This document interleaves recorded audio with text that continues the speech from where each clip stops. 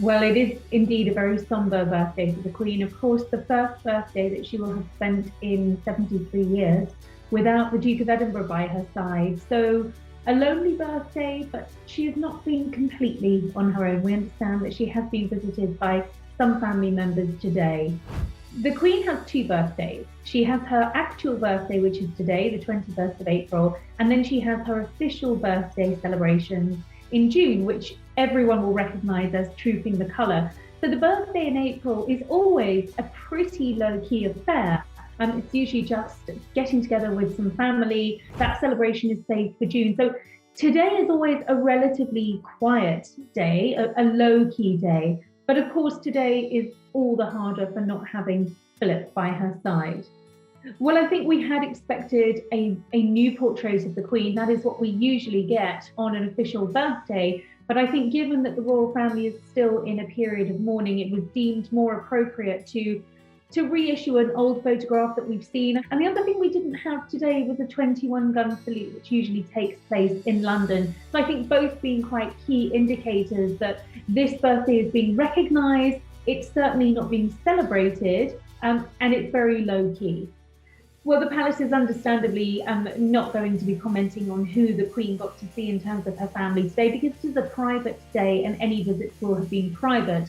But I think it was expected that she was going to spend some time with Prince Edward and his wife Sophie and their children, Lady Louise and Viscount James, who were all at the funeral and lived just very close by to Windsor Castle. I'm pretty sure that Prince Andrew, who's almost a daily visitor to see the Queen at Windsor Castle, will have been there today. Well, there were some notable absentees. The Duke and Duchess of Cambridge were on an official engagement. They've been given permission to go and see an Air Cadet Force squadron in East London. The Queen has said, even though they're in a period of mourning, she was more than happy for them to do that.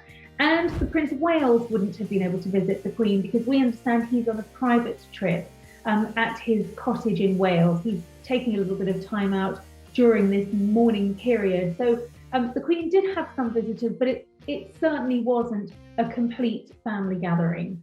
Well, I understood that Prince Harry was meant to be returning to LA on Monday. He did have a flexible open ticket and he actually left on Tuesday. So I think he gave himself another 24 hours in London. Now, he didn't stay for the Queen's birthday. I don't think too much should be read into that. It's not a snub. The Queen doesn't traditionally celebrate today as a birthday. And I think the fact that he extended his stay, I believe by 24 hours, is an indication that he obviously wanted to have some time with his family. Now, I think that there were at least two meetings with the Queen, one in the gardens of Windsor just before the funeral, and a further private one-to-one meeting between Harry and the Queen. So this has been an opportunity for something of a family reconciliation. Harry's incredibly fond of his grandmother. They share a very close relationship. It would have been very important to him that he got to have some time with his grandmother before he went back to LA. Well, this was, of course, a private meeting, and I think there's a great sensitivity over any conversations that are happening between Harry and his family members, because everything blew up when details of his peace talks with William was suddenly broadcast on the American airwaves. So as you might expect, it's being kept very tight, it's being kept very close. No details of these conversations are being leaked. But it is safe to say that there were meetings with family members, and certainly Prince Harry did have some time with his grandmother, the Queen, before he went back to LA.